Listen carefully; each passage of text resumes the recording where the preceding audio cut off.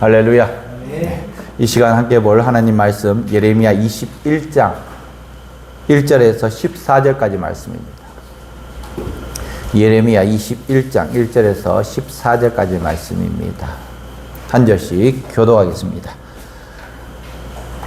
여호와께로부터 예레미야가 말씀이 임하니라. 시드기야 왕이 말기야의 아들 바술과 제사장 마아세야의 아들 스바냐를 예레미야에게 보내니라.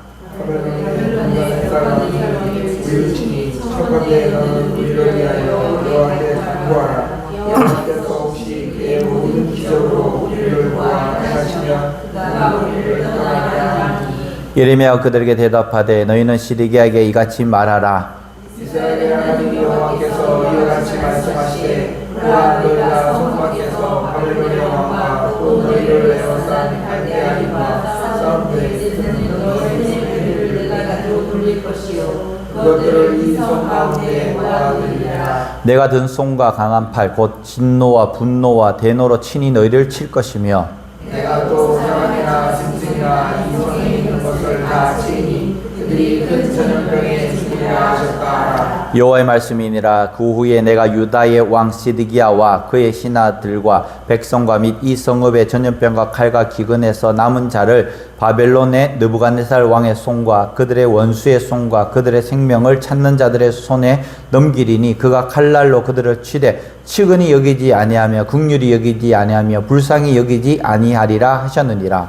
여호와께서 말씀하시기를 보라 내가 너희가 뺏은 생명의 길과 사망의 길을 놓으라 너는 이 백성에게 전하라 하셨느니라. 이 성읍에 사는 자는 칼과 기근과 전염병에 죽으려니와 너희를 에워싼 갈대아인에게 나아가서 항복하는 자는 살 것이나 그의 목숨은 전리품같이 되리라.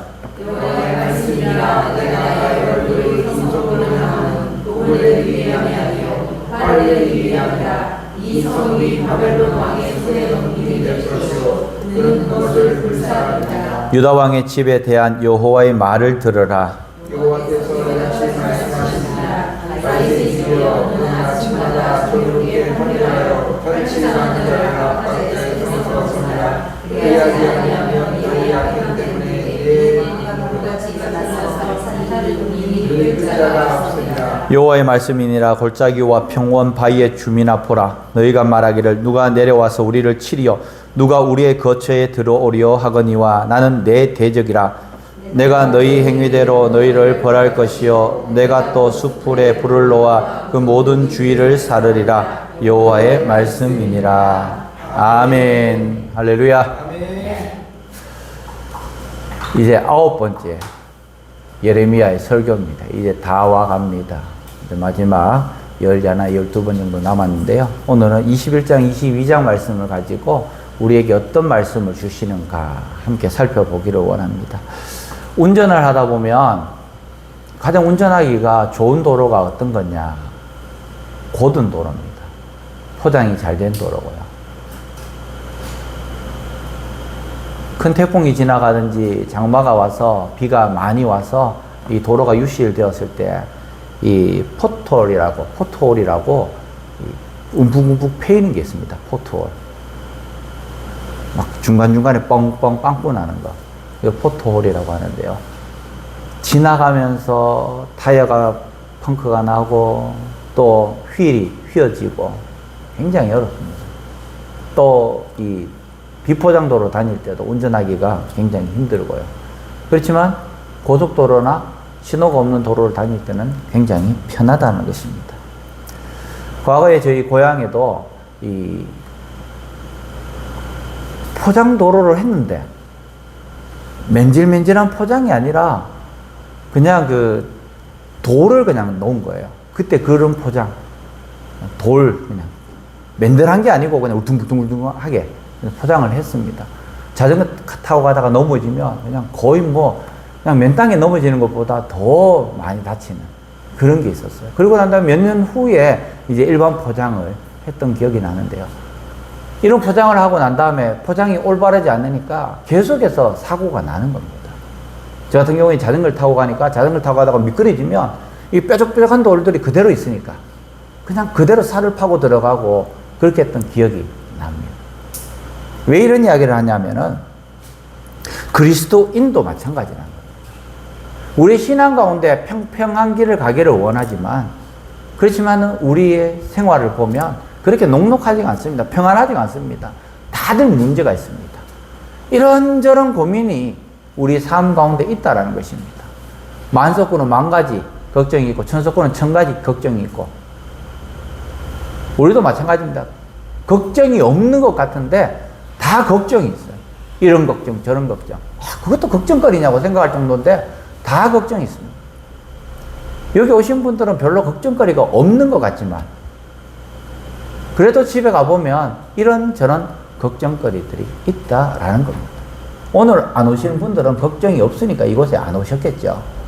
걱정이 있으면 잠이 안 와가지고 이곳에 올 건데, 그래서 저는 생각하기에 8월 달에는 특별 금요 기도회를 한번 드려야 되겠다. 8월 한 달 동안. 8월 한 달 동안. 8월 달에 어디 멀리 더운데 멀리 가지도 못하잖아요. 휴가 기간도 있을 거고, 휴가 때 하루는 금요일날 와서 드리자. 첫째 주, 둘째 주, 셋째 주, 넷째 주 해가지고. 목장별 특송도 하고. 특별한 순서들을 만들어가지고. 그래서 또 제자학교, 또 양육반 시작하고. 기도가 없으면 교회는 망합니다. 기도가 없으면 신화생활이 계속해서 퇴보할 수밖에 없습니다. 아까 전에 우스갯소리로 이야기했지만, 정말 이렇게 기도하지 않는 우리의 모습을 보면서, 영이 지금 잠들고 있구나, 이런 생각을 했습니다. 오늘 21장부터 22장까지는 오늘 생명의 길과 사망의 길이 우리 앞에 놓여 있다라는 것을 오늘 우리에게 분명히 이야기를 해주고 있습니다. 시드기야 왕 때, 시드기야 왕이라는 것은 이스라엘의 마지막 왕입니다. 남유다의 마지막 왕입니다. 이 마지막 왕 때에 그렇게 고래심줄 같은 이 왕이 이제 드디어 정신을 차리는 겁니다. 그리고 그렇게 이 예레미야가 선포했을 때에 정말 생각지도 않고 있다가, 정말 바벨론이 쳐들어오는 것을 목도하면서 이제 드디어 누구하고 누구를 보낸다고요? 바수울과 마사의 아들 스바냐를 보낸다는 겁니다. 왕이 어떻게 했으면 좋겠냐? 결론적으로 이야기를 하면 이 시드기야 왕에게 이렇게 이야기합니다. 애굽을 버리고 바벨론에게 항복해라. 그런데 이 시드기야 왕은 누가 세웠느냐? 애굽 왕 바로 누구가 세운 거예요? 바로가 세운 겁니다. 왕을 세운 나라를 배신하고 바벨론에게 가라고? 굉장히 딜레마에 빠졌을 것입니다. 그런데 이 예레미야는 애굽을 선택하면 너희들이 다 죽을 것이고, 그래도 바벨론을 선택하면 너희들이 전리품같이 끌려가겠지만은 목숨을 살 것이다라고 그렇게 이야기를 하는 거예요. 여러분은 어떤 선택을 할 것입니까? 어떤 선택을 할까요? 애굽에게 갈까요? 바벨론에게 항복할까요? 죽는 것보다는 사는 게 낫죠. 예전에 이런 말이 있잖아요. 굴러먹어도 어디서 굴러먹는 게 낫다고? 이승에서 굴러먹는 게 낫다. 그런 이야기가 있습니다. 살아도 포로로 잡혀가지만 살아있는 것이 낫지 않을까. 그런데 애석하게도 시드기야는 그러지 못했다는 겁니다. 너무나 안타까운 거죠. 이제 시드기야가 바벨론이 침공해 오는 그 두려움 가운데서, 절망 가운데서 예레미야에게 중보 기도를 요청합니다. 그때에 하나님께서 생명의 길과 사망의 길을 이야기를 합니다. 너희들이 선택해라. 사망의 길을 선택을 하든 생명의 길을 선택을 하든 너희들이 선택하라. 그런데 중요한 것은 이 시드기야는 사망의 길을 선택을 하는 거예요. 그리고 마지막 이 바벨론이 침공해 올 때에 밤늦게 도망을 갑니다. 도망을 가다가 잡혀요. 잡히고는 이제 바벨론으로 끌려가다가 어떤 상황에 맞이되느냐? 어떤 상황일까요? 그의 눈이 멀쩡하게 떠 있을 그 직전까지 마지막으로 보는 것이 바로 신하들이 죽는 것과 아들이 죽는 것. 이것을 보고 눈이 뽑힙니다. 이 바벨론에게 항복을 했었으면 그냥 포로로 잡혀만 갔을 건데 괜히 그 바벨론에게 반기를 들다가 어처구니 없는 일을 당했다는 것입니다.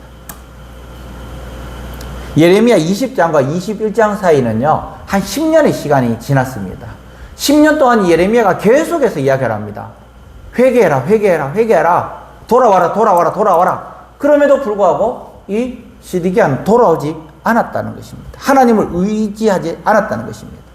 그 결과로 하나님께서 심판과 멸망을 돌이키지 않겠다라고 그렇게 말씀하고 있습니다. 자, 그런데 21장 8절에 보면 이렇게 말씀합니다. 21장 8절. 읽어보겠습니다. 시작. 여호와께서 말씀하시기를 보라, 내가 너희 앞에 생명의 길과 사망의 길을 두었노라. 너는 이 백성에게 전하라 하셨느니라. 아멘. 하나님께서는 예루살렘 성명을 향해서 애굽을 의지하는 자들에게 사망의 길을 갈 것이고 바벨론을 의지하면 생명의 길을 갈 것이다. 우리에게도 마찬가지입니다. 두 개의 길을 지금 우리에게 주시는 거예요. 무엇을 선택할 것인가에 대해서는 내가 그 선택권이 있다라는 겁니다. 자유의지를 주셨습니다. 하나님께서 그냥 꽉 멍멍이 목줄하듯이 끌고 가면 좋겠는데 근데 우리에게 자유의지를 주셨다라는 거예요. 선택을 하든 그 모든 선택의 결정권에 그 결과는 내가 책임을 져야 한다는 것입니다. 그 결과가 뭐냐? 첫 번째, 끝까지 하나님을 의지해야 한다는 것입니다. 끝까지 하나님을 의지해야 된다. 우리의 모습이 어떠하든지 하나님의 은혜를 의지하고 예수 그리스도의 보혈을 의지하는 자는 구원을 받는다라는 것입니다. 우리가 모두 죄인이지만은 예수 그리스도의 오늘 보혈의 피로 구원을 받았다는 것입니다. 그렇다고 해서 우리가 죄가 없어지는 것이 아니지만은 없다고 인정을 받았다는 것이에요. 그 보혈이 우리의 죄를 덮어버렸기 때문이라는 것입니다. 우리는 연약합니다. 항상 좋은 것을 선택을 해야 되지만 나쁜 것이 낙이 있습니다. 따라하겠습니다. 죄는 낙이 있다. 죄는 낙이기 때문에 그것을 선택을 하는 거예요. 청년들을 그렇게 선택을 하는 겁니다.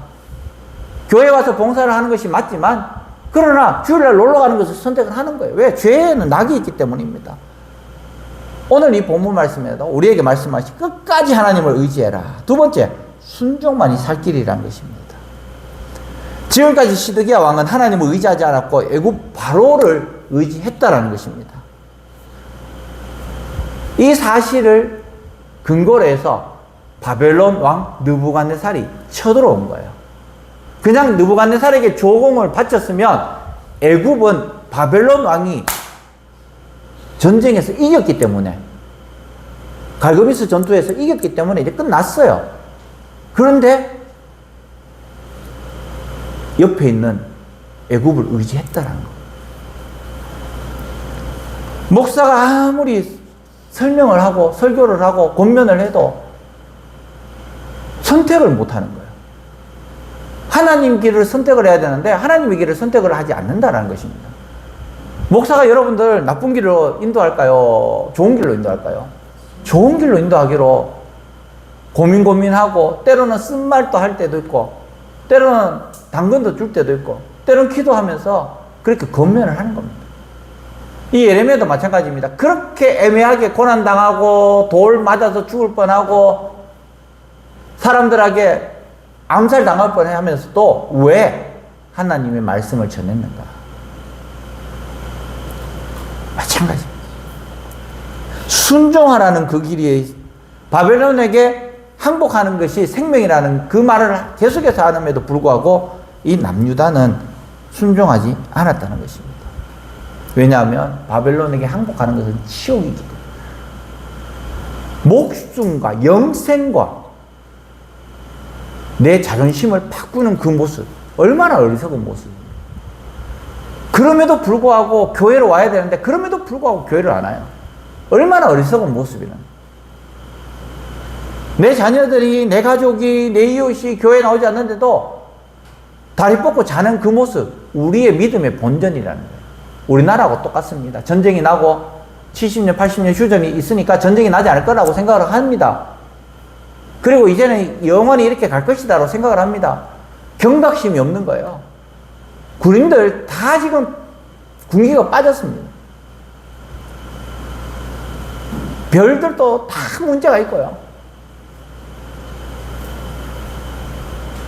진급에 눈이 멀어가지고 군인이 아니에요. 얼마나 문제가 있는 나라 가운데 있는지. 문제가 없으면 대통령도 못하고, 문제가 없으면 장관도 못하고, 문제가 없으면 국무총리도 못하고, 문제가 없으면 높은 자리 못 갑니다. 우리나라는 벌써 그렇게 돼버렸어요. 저도 문제를 한번 만들어가지고 높은 자리 한번 가고 싶은데, 제가 만든 문제는 아무 문제도 아니니까.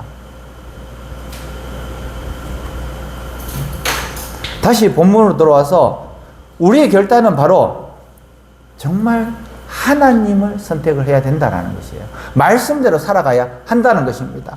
때로는 문제가 생길 수 있지만 따라하겠습니다. 절망하지 말자. 하나님을 끝까지 의지하자. 절망하지 말고 하나님을 끝까지 의지할 때에, 하나님의 때에 그것이 이루어진다라는 것입니다. 하나님의 말씀이 내 생각과 달라도 따라하겠습니다. 순종하자. 예, 하나님의 말씀이 내 생각과 달라도 끝까지 순종을 할 수 있기를 바랍니다. 하나님을 의지하고 또 하나님의 말씀에 순종함으로써 우리는 생명의 길로 갈 수 있다는 것입니다. 두 번째로 22장 말씀에 보면은 하나님의 말씀을 순종할 때에 우리는 산다라고 말씀을 하고 있습니다. 그러면서 어떤 이야기를 하냐면, 왕이 살 수 있는 방법에 대해서 예레미야는 이야기를 합니다. 22장 4절 말씀에 왕이 살 수 있는 방법을 말씀하는데 한번 이야기하겠습니다. 시작. 너희가 참으로 이 말을 준행하면 왕들과 신하들과 백성이 병거와 말을 타고 이 집 문으로 들어오게 되리라. 아멘. 너희가 참으로 이 말을 준행하면, 이 말을 순종하면 다시 회복시켜 주시겠다라는 것입니다. 다시요. 회복시켜 주시겠다. 그런데 그렇지 않고 말을 듣지 않으면 어떻게 되는가? 22장 5절 말씀에 이렇게 말합니다. 시작. 그러나 너희가 이 말을 듣지 아니하면 내가 나를 두고 맹세하노니 이 집이 황폐하리라. 여호와의 말씀이니라. 아멘. 하나님께서 나를 두고 맹세하는데 너희들이 내 말을 듣지 않으면 황폐하게 하겠다. 하나님의 말씀을 듣는 것과 듣지 않는 것에 대해서는 나에게 의지를 주셨습니다. 권한을 주셨어요. 그러나 그 책임까지도 동일하게 주셨다는 것입니다. 우리가 하나님의 말씀을 의지하고 순종해야 되는가, 그렇지 않는가? 우리가 선택을 하는 것입니다. 위기 속에서 살 수 있는 유일한 방법이 뭐냐? 따라하겠습니다. 하나님께 순종하는 것이다. 시드기야는 바벨론 왕에게 항복하지 않고 애굽을 의지하기로 결정했습니다.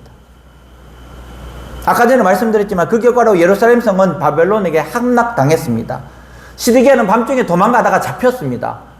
그리고는 끌려가다가 자기 아들들이 내 눈앞에서 보는 데서 죽고 내 눈이 뽑혀서 그래서 또 바벨론으로 끌려가서 포로 생활을 했다라는 것입니다. 이것이 예레미야 38장에 기록이 되어져 있습니다. 하나님의 말씀 준행하지 아니하고 순종하지 않았던 자의 최후의 모습이라는 것입니다. 두 번째로 시드기야 왕은 망했지만은 하나님의 말씀대로 살아가는 이 백성은 어떨까요? 형통하다고 우리에게 말씀해 주시오. 형통하다. 때로는 우리에게 찾아오는 육신적인 아픔도 있고 정신적인 아픔도 있고 가족의 아픔들도 있고 직장의 아픔들도 있을 거고요. 사람 사이에서 찾아오는 그런 고통들, 트러블들이 있을 것입니다. 시험으로 인해서 굉장히 어려움에 들어갈 수도 있고요. 내가 잘못하지 않았지만 욥처럼 시험 당할 수도 있습니다. 그럼에도 불구하고 우리는 따라하겠습니다. 하나님의 말씀을 듣고 준행하자. 하나님의 말씀을 듣고 준행할 때에 하나님께서 하나님의 때에 우리에게 복 주신다. 응답해 주신다는 거예요. 그것이 기나긴 모니카처럼 33년일 수도 있고요. 때로는 조지 뮬러처럼 내가 죽고 난 다음에 그 기도가 응답될 수도 있지만, 그러나 믿음으로 구한 기도는 하나님께서 반드시 응답해 주신다는 거예요. 오복이 있습니다. 오복. 오복이 뭘까요? 유교에서 이야기하는 오복. 벌써 예, 오복, 예, 오래 사는 것. 그리고 부자로 사는 것. 오래 살면서 부자로 사는 것 좋죠, 그죠? 세 번째, 강령전 있잖아요, 그죠? 강령, 정신적으로 건강한 것. 유호덕, 덕을 베푸면서 사는 것. 이게 복이라는 거예요. 덕을 베푸면서 사는 것. 네 번째, 고종명, 오래 사는 것인데 어떻게 오래 사느냐? 욕 먹으면서 오래 사는 것이 아니라 칭찬 들으면서 존경받으면서 오래 사는 것. 이것도 오복 가운데 하나라는 겁니다. 유교에서 이야기하는 오복이에요. 치복 뭐 이런 게 아니고 유교에서 이야기하는 오복. 그 중에서 오늘 마지막에 고종명, 욕을 먹지 않고 오래 사는 것에 대해서 한번 나눠봤으면 좋겠습니다. 두 왕에게 선포된 그 말씀이 있습니다. 요시야 왕의 아들 살룸 왕이라 되어 있는데 여호아하스입니다. 여호아하스. 그리고 난 다음에 여호야김, 시드기야 이렇게 흘러가는데요. 이 왕들에게 계속해서 선포를 합니다. 무엇을 이야기하는가? 여호아하스에게 선포를 합니다. 그리고 그 다음에 또 누구에게? 여호야김에게 선포를 합니다. 그 선포의 내용이 뭐냐? 22장 18절에 이렇게 합니다. 한번 읽어보겠습니다. 시작. 그러므로 여호와께서 유다의 왕 요시야의 아들 여호야김에게 대하여 이와 같이 말씀하시니라.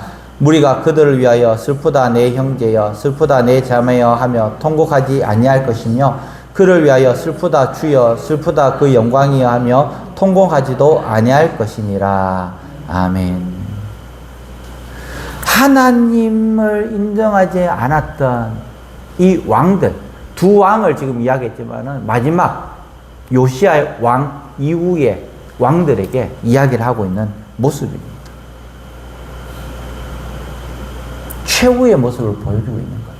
얼마나 비참하냐.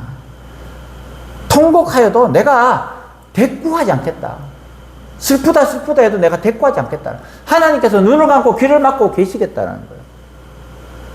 하나님의 말씀을 순종하지 않을 때에 하나님께서 그렇게 하시겠다고, 이제는 단절시키겠다고 그렇게 말씀합니다. 얼마나 슬픈 겁니까? 그 전까지는 어떤 일이었냐면, 그 전까지는 회개해라, 내가 다시 들어주겠다, 회개해라, 다시 돌아와라 했지만, 이제는 귀를 닫고 이제는 너희들 끝이다 선포를 해버렸다는 것입니다.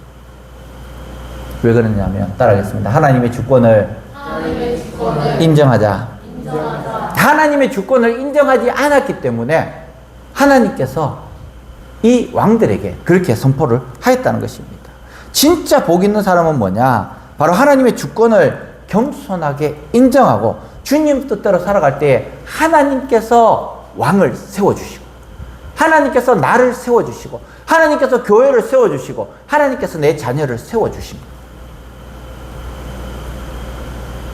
그렇지만 우리가 하나님의 말씀, 이 말씀을 따라가지 않고 순종하지 않을 때에 귀를 닫고 눈을 감아버리시겠다. 얼마나 슬픈 겁니까?